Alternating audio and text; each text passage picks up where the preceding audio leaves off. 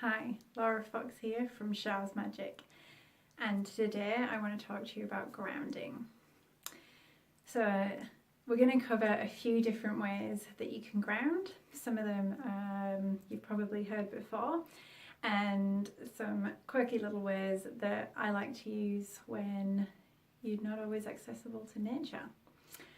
So the first way that is the most common, most people are aware of, is getting yourself out into nature, on the grass, in the dirt, and really digging your toes in as much as you can and just breathing into the earth and allowing Mother Nature to flow through you and to calm you and to really ground.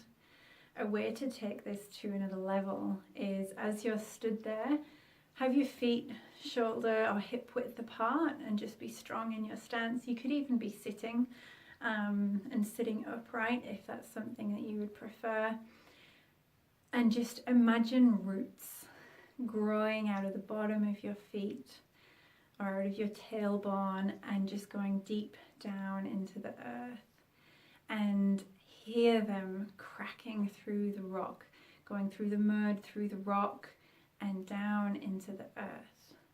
And feel those roots getting warmer as they go further and further down. And just feel those nutrients from Mother Earth just pulsing up through you. And so every time you're breathing in, you're also breathing in her energy and allowing it to ground. And every time you breathe out, you're breathing out any negativity, anything that's not serving you in that moment, and just really finding your center and grounding deep into the earth. It's a really beautiful technique. You can also do the same thing at the beach, in the sand. It's so easy to dig your feet into the sand.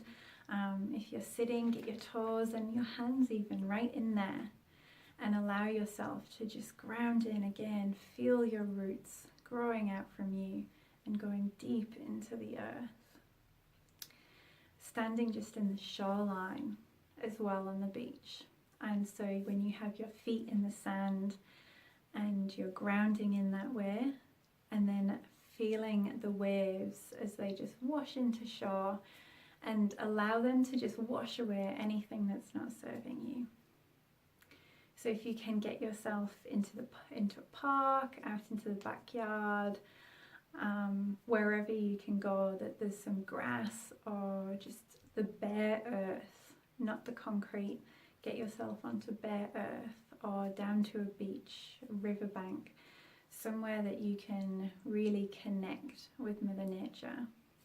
They're some of the best ways to ground.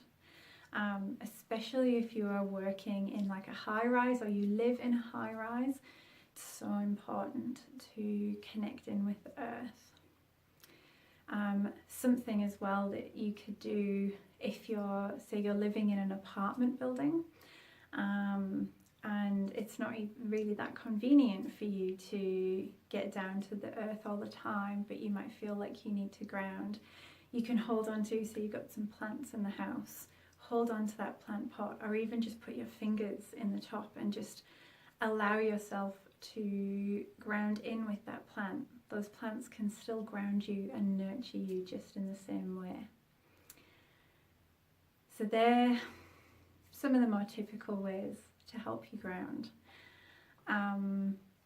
Another way, if you like crystals, then using like an onyx or tourmaline, like a dark crystal, a dark black crystal, and holding that in your hands or rubbing it on the bottom of your feet, that can help you ground and just help you disrupt whatever's coming up that might be leaving you unsettled. And the quirky way that I quite enjoy grounding is using a metal spoon on the soles of your feet. And this is particularly good. I like to use this one on a night when I can't always, or I don't always want to get up out of bed and go and stand in the middle of the lawn in the middle of the night. But sometimes if you've got, I know for me, sometimes it feels like my feet are going to take off like a rocket. And so I like to be able to ground in those circumstances.